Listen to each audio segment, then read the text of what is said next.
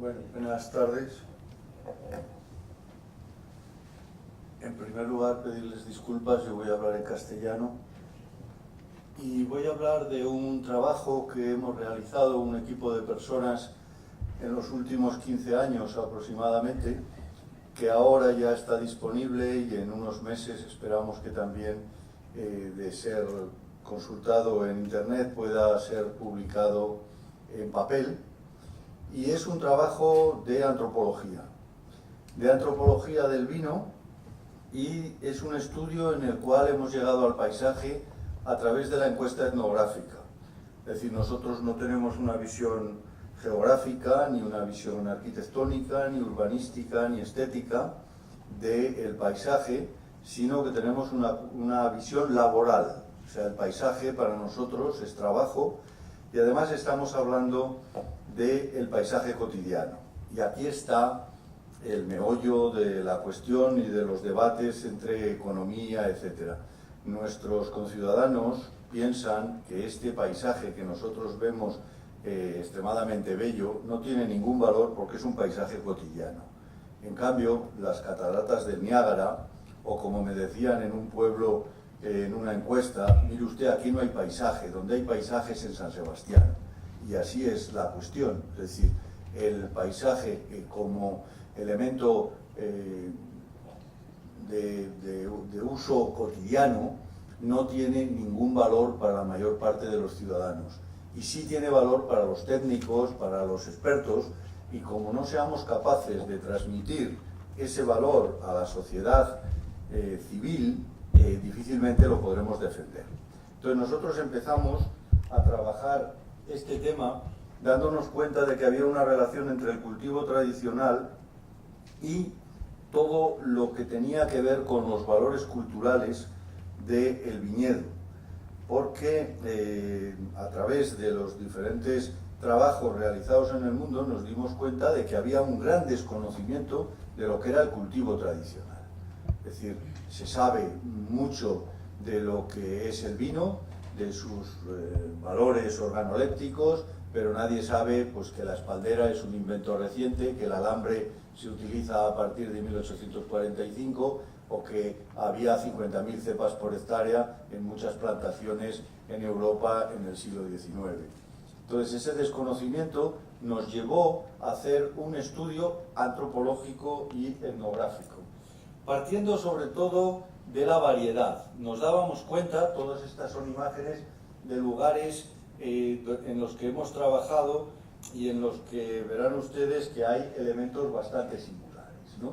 Entonces, en ciertas zonas nos vamos a encontrar con variedades, nos vamos a encontrar con cromatismos, nos vamos a encontrar con marcos de plantación, y en otros con manifestaciones totalmente diferentes. Es decir, tenemos el viñedo en sus diferentes manifestaciones y sabíamos muy poco de cómo se cultivaba. Es decir, sabíamos muy poco de que las cepas no estaban en línea. Hasta la llegada de la filoxera no se utilizaba el arado en el viñedo, entonces no estaban en fila las cepas, con lo cual los paisajes del viñedo del 19, de los cuales hay muy pocas fotos, algunas francesas, algunas alemanas, veremos que hay plantaciones con 25 o 30.000 cepas por hectárea que no están en línea. Todo eso era lo que queríamos estudiar. Y entonces lo queríamos estudiar a través de la reflexión de los propios informantes. Es decir, había una base de documentación bibliográfica y de fuentes, como voy a explicar, pero la mayor parte de la información procedía de nuestros propios informantes. Con respecto a la singularidad, también nos dábamos cuenta de que había una serie de elementos que hacían que los paisajes fueran distintos y singulares. Encontrábamos territorios diferentes en las distintas zonas analizadas, pero sobre todo lo que encontrábamos era una sorprendente variedad, ¿no?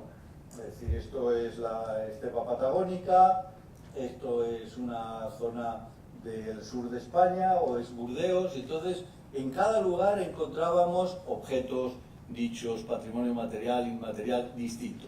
Y lo que más nos sorprendía es que no estaba estudiado, había un desconocimiento absoluto de las técnicas del cultivo.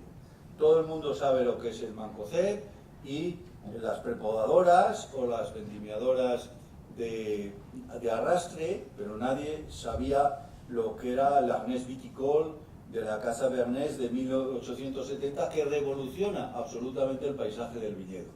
Entonces, esas técnicas del cultivo vitícola se estaban perdiendo, entre otras cosas porque no había casi nada de información documental. Luego la hemos encontrado.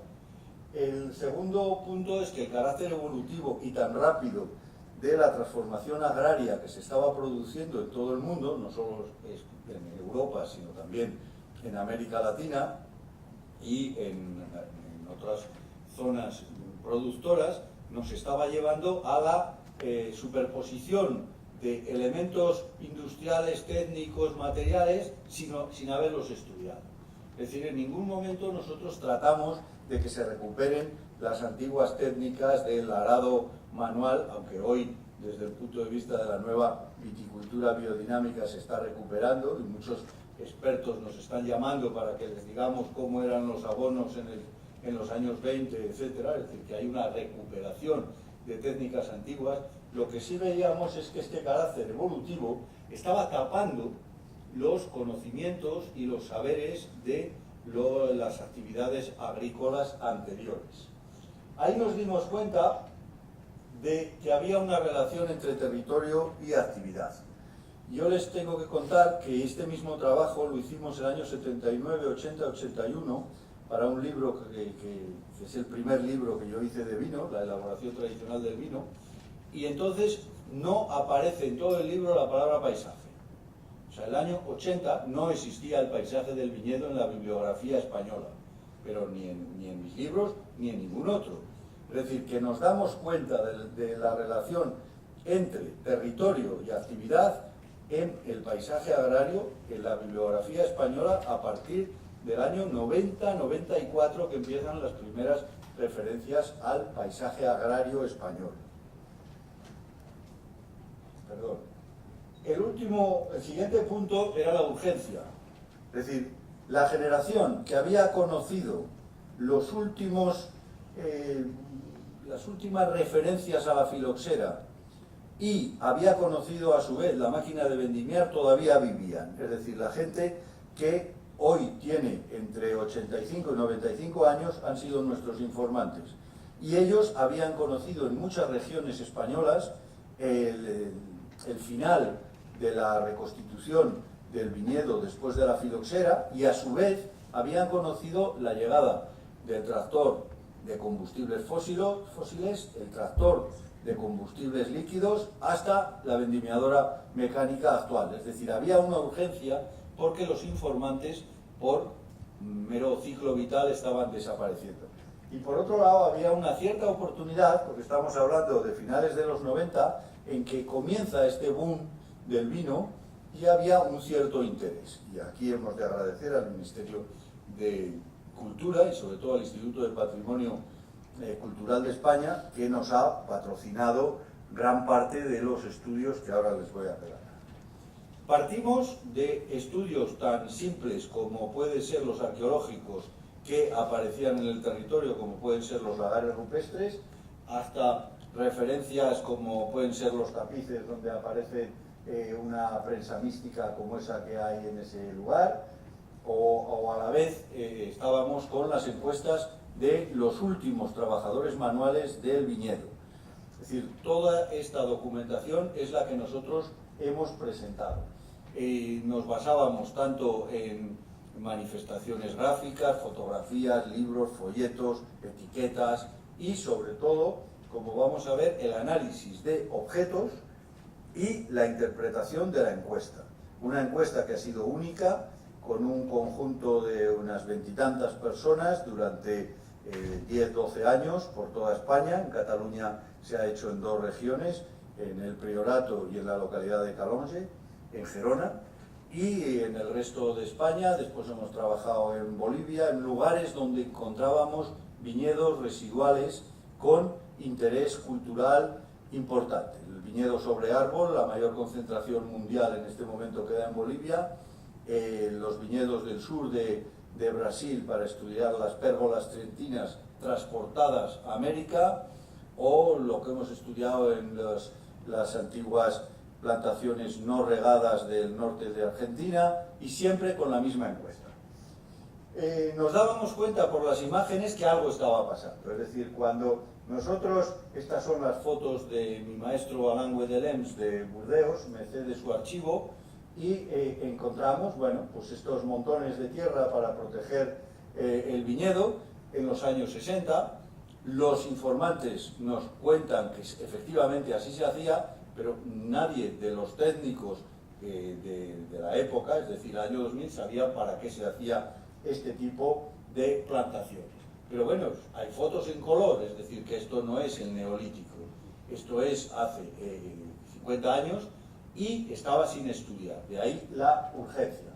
Este tipo de actividades, es decir, el cavado de viña, que es lo que se hacía en toda Europa hasta la llegada de la introducción de los arados con caballerías, aunque el arado está descrito en los agraristas romanos desde el siglo III a.C., se habla de que en ciertos casos se debe meter el arado en la viña, no como en la actualidad, que es casi una obligatoriedad. Luego había técnicas que teníamos que estudiar. El culpable o la culpable de gran parte de la transformación del paisaje vitivinícola mundial es esta máquina, que es la locomóvil. La locomóvil es una máquina de vapor, no automóvil, porque era arrastrada por caballerías, que movía este arado de desfonde que después de la filoxera transforma el paisaje. Es decir, los paisajes que tan maravillosos nos exponía Miquel hace un rato no tienen nada que ver con lo que había hace 150 años en esta región. Y toda la culpa la tiene un aparato, es decir, la tiene el trabajo. Quien cambia el paisaje y genera nuevos paisajes agrarios es la actividad laboral.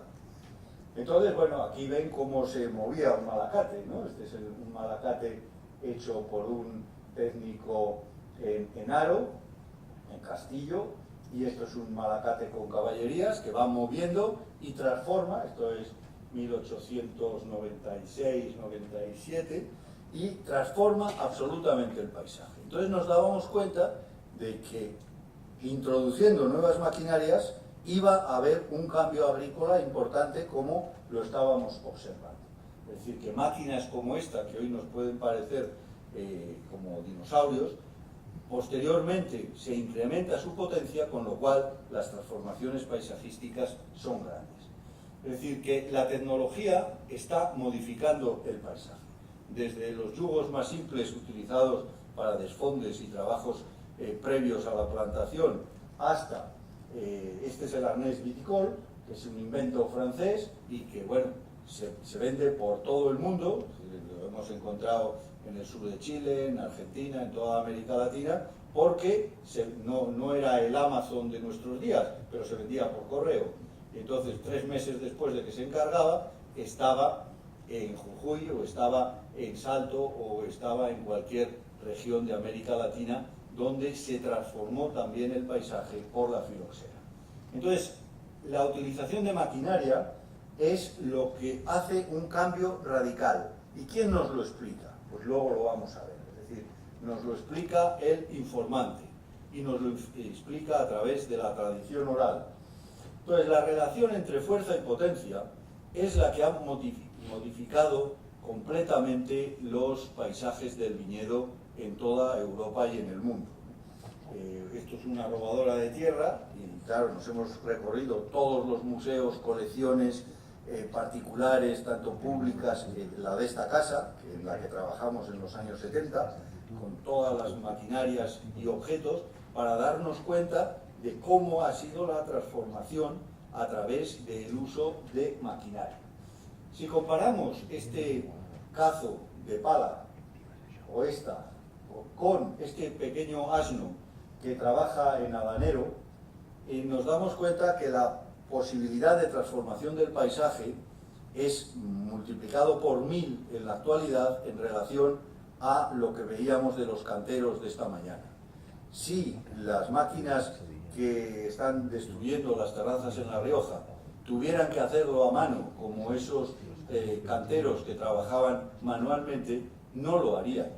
Pero claro, hoy es facilísimo agarrar unas terrazas y en una semana unas elevaciones de hasta 60-70 metros de altura, irlas destruyendo y hacerlo llano con el apoyo de las subvenciones de la Unión Europea.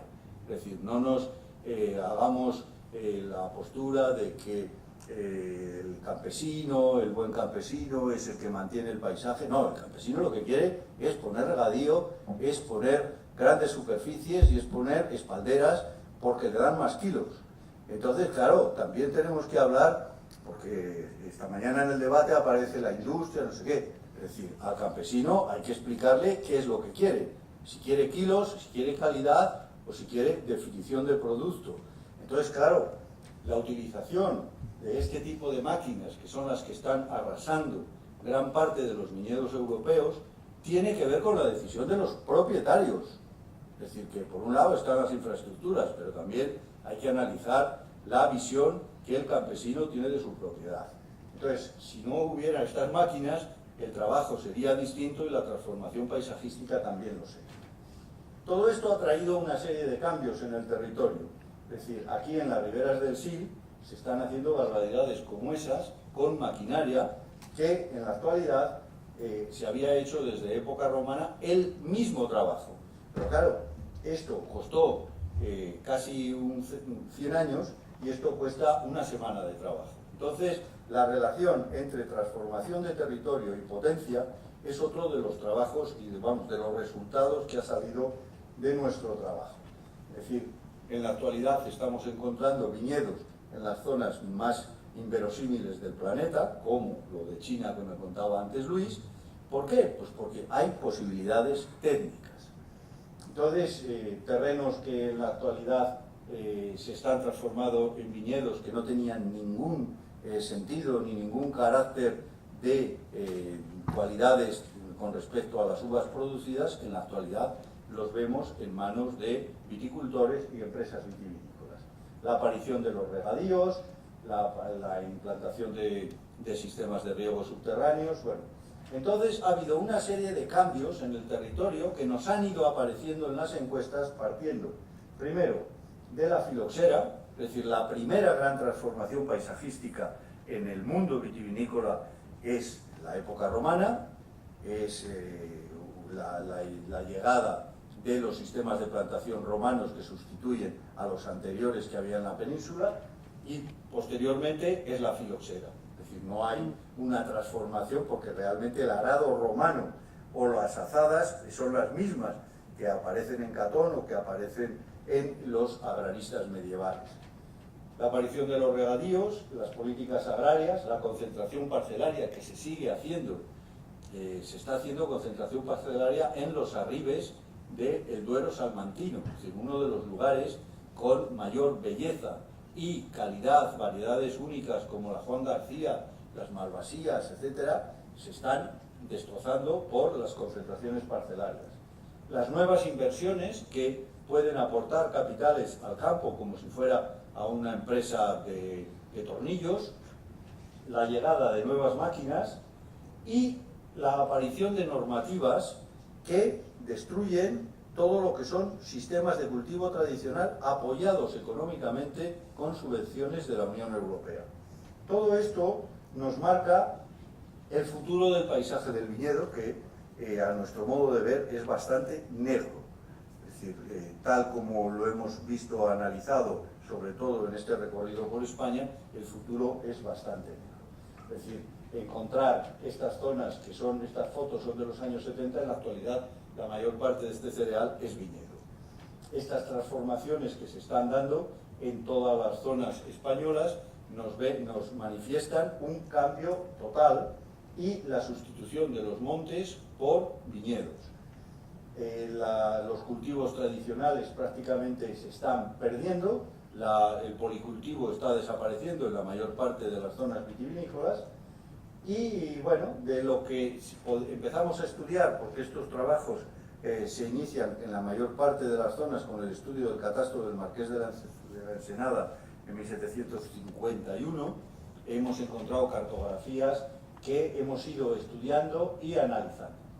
La introducción de nuevas máquinas nos aparece en las encuestas y transforman realmente el territorio.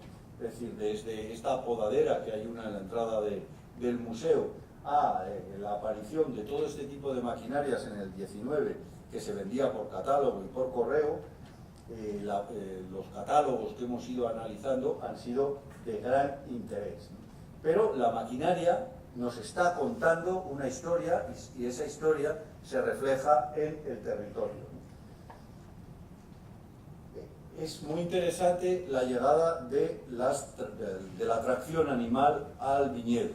Anteriormente se trabajaba muy poco con tracción animal.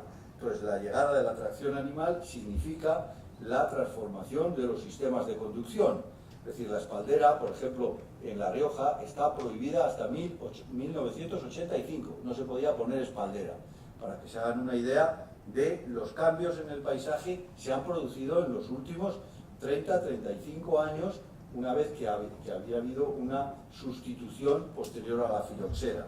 Es decir, pero las alambres que llamamos en Rioja llegan por ley de la denominación, por el reglamento de la denominación de origen, después de 1985 a La Rioja. Vamos a encontrar este tipo de maquinarias, este tipo de trabajos, hasta la llegada del tractor que nos sustituye a este tipo de máquinas que han pasado a ser objetos de museo. Es curioso cómo ha habido una transformación de los elementos de trabajo y en la actualidad se han llevado a los museos, pero difícilmente se conoce cómo funcionaba este tipo de bombonas de inyección con aire comprimido. Entonces, el estudio de toda esa herramienta es la que nos ha dado pues, las pautas a la hora de entender trabajo, potencia, paisaje. Por otro lado, también hemos trabajado alrededor de lo simbólico, es decir, hay toda una serie de prácticas religiosas que nos aparecen, que se manifiestan en cantos, se nos manifiestan en rituales, procesiones, bendiciones de campos, manifestaciones, como hablábamos esta mañana, de las campanas en el paisaje, el sonido en el paisaje, en varias partes del mundo la aparición del lagar místico como elemento religioso, o el cambio de devociones. Esta es una virgen riojana y esta es una virgen de Mendoza, y en el trabajo comparativo nos salía tipos de refranes, de dichos y de cantares similares en una parte y en otra de los continentes, ¿no? En el viejo y en el nuevo mundo. La aparición de nuevas tecnologías nos están dando unos cambios en el paisaje completamente evidentes, ¿no? Es decir, que esto es son las estufas de antihelada que generan un tipo de paisaje, la cubierta para pedrisco, que son muy comunes y muy habituales, por ejemplo en Mendoza, San Rafael, etcétera, aquí en Frutal también, en Viñedo menos. Entonces, que nos aparecen tipologías distintas vinculadas a elementos tecnológicos.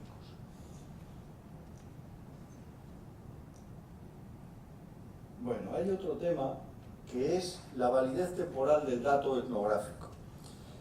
Nos dimos cuenta con el trabajo, porque estábamos recibiendo informaciones por parte de personas de 80, 90 años, que lo que nos estaban contando de los años 20, por ejemplo, cultivo con comportas de madera, lo estábamos viendo en la actualidad.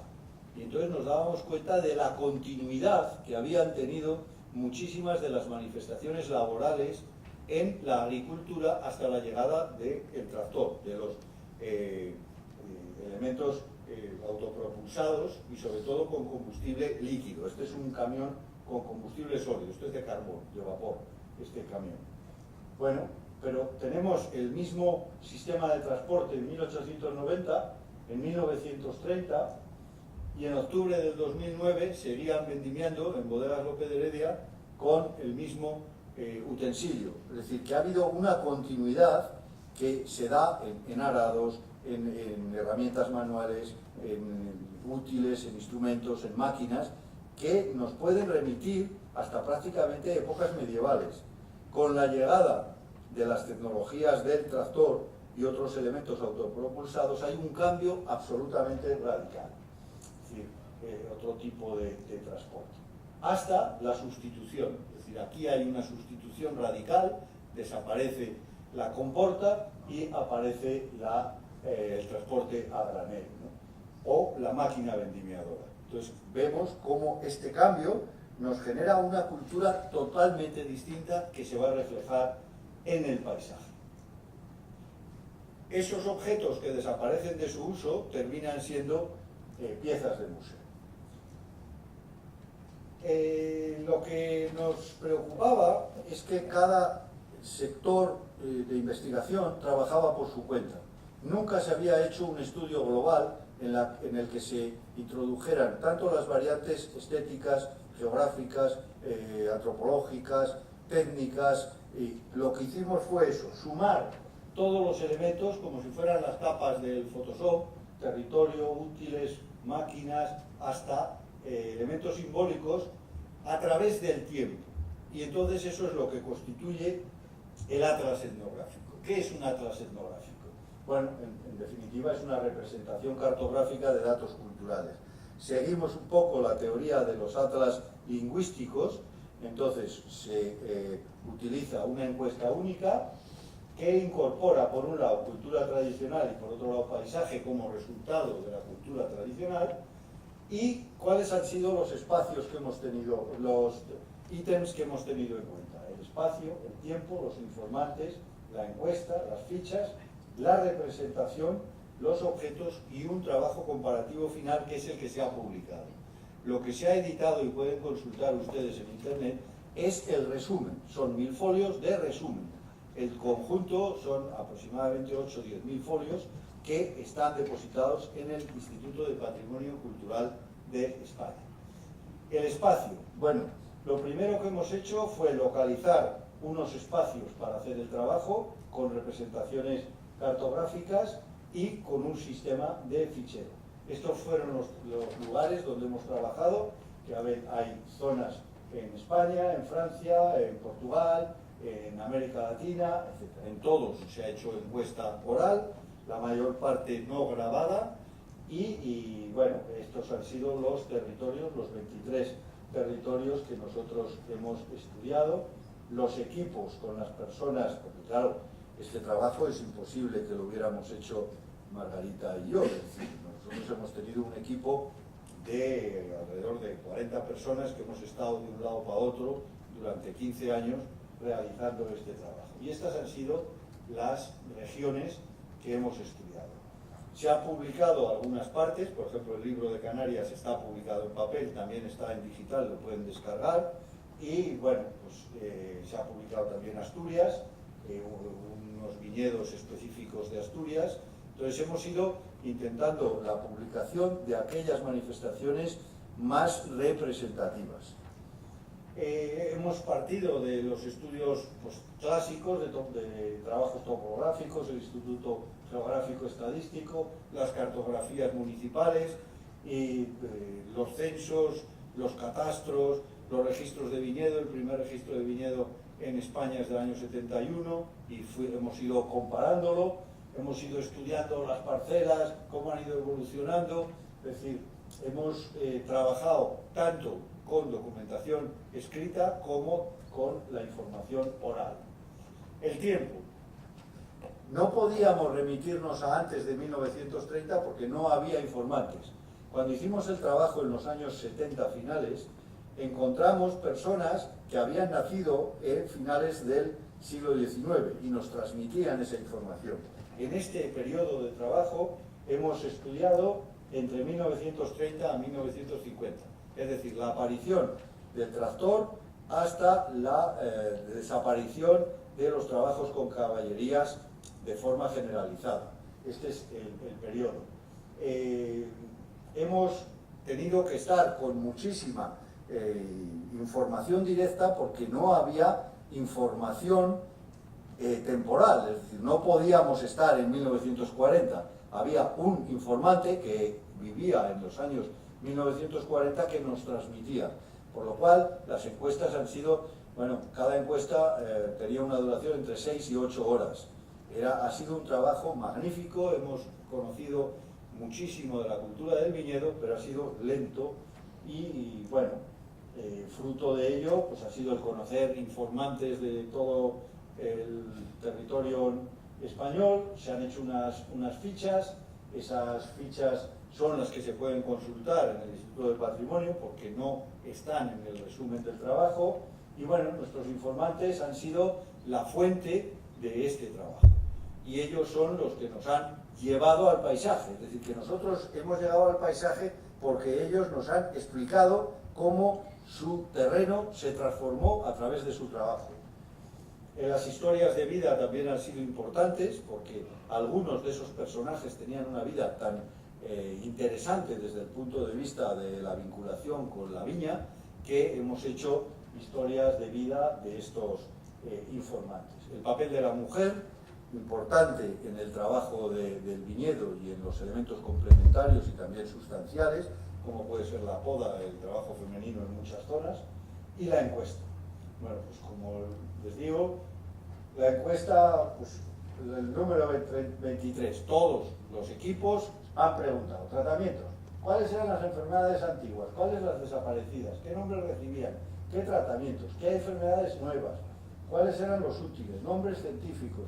Es decir, todos preguntábamos lo mismo, todos respondían de forma diferente según el territorio y se transporta a la ficha que han visto anteriormente, o esta ficha. En esta ficha aparecían estos conceptos y de cada uno de los temas se hace una ficha. Esta es la ficha etnográfica, por ejemplo, los viñaderos, que son los guardas de viñedo que se ponían en la época desde ahora, desde el Embero, hasta finales de octubre en ciertas zonas de España. Bueno, pues el lugar, la encuestadora, una ficha normal que nos documentaba. Todo esto se ha transportado a algunos sistemas cartográficos y bueno, pues la palabra, los acodos, ¿cómo se llama a los acodos en diferentes zonas? ¿No? Pues hemos sacado ahí para enseñarles a ustedes. O la presencia de lagares rupestres en ciertas zonas, pues se ha cartografiado donde había lagares rupestres, su nombre, etc. Otra localización de lagares rupestres en otra zona. Se han hecho fichas de objetos.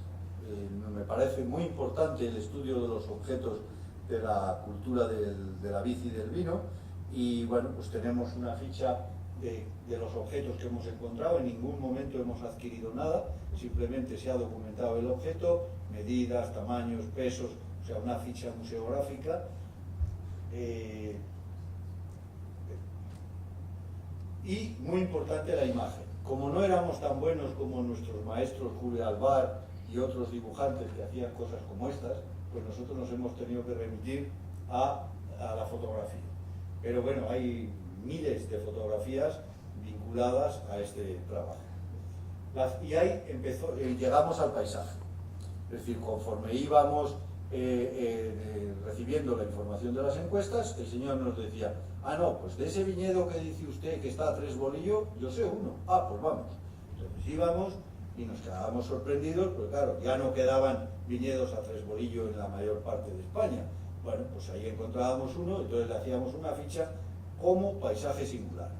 ¿Por qué paisaje singular? Bueno, pues después de darle muchísimas vueltas a los conceptos que se utilizan en estudios de paisaje, como son las unidades de paisaje, nos dimos cuenta que las unidades de paisaje no nos valían.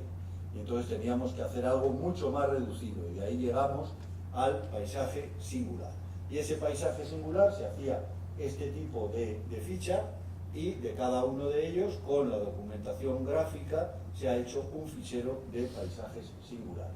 Esta es la ficha de paisaje, y bueno, pues a partir de ahí hemos hecho una serie de publicaciones. Hemos hecho el libro de Canarias, el libro de Asturias, el libro del sur de Brasil, y bueno, pues ahí documentamos esos paisajes singulares.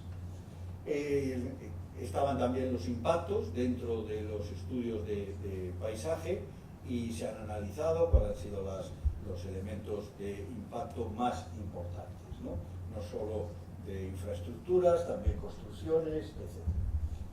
Se ha estudiado fuentes y bibliografía, y hay un capítulo tanto de bibliografía como de fuentes y archivística. No se ha hecho mucho archivo, también he de decirlo. Se estudió un poco el catastro del Marqués de la Ensenada para estudiar cómo era el paisaje, el cultivo en el siglo XVIII, y luego la información oral.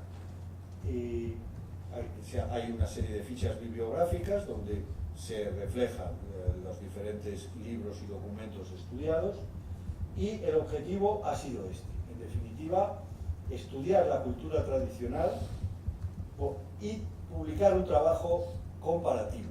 Si nos parece muy importante comparar y ver las diferencias que además posteriormente hemos visto que también se reflejan en el producto final, como es el vino. Entonces, es un estudio de antropología, es un estudio que nos ha llevado al paisaje y que tiene como objetivo final dar una visión territorial de toda la península ibérica, porque hicimos en Portugal muchísimas encuestas que tenemos sin publicar y que veremos a ver qué hacemos en el futuro. Todo esto está publicado en este libro, que tienen a su disposición. Este es el índice, es decir, tiene una parte teórica de, diríamos, el porqué, con un capítulo dedicado a los paisajes singulares de viñedo, y luego ya las regiones de España. Cada una de ellas, por ejemplo, Calonge es un pueblo solo que para nosotros tiene un valor extraordinario dentro de la cultura de la vid en Cataluña, y por eso le dedicamos un capítulo exclusivo. El equipo ha estado compuesto por las personas que les decía, alrededor de 23, 24 durante estos últimos 15 años, y bueno, ahí tienen los dos enlaces, y pueden descargarse este trabajo, que esperemos que antes de final de año también esté publicado en página. Pues muchísimas gracias.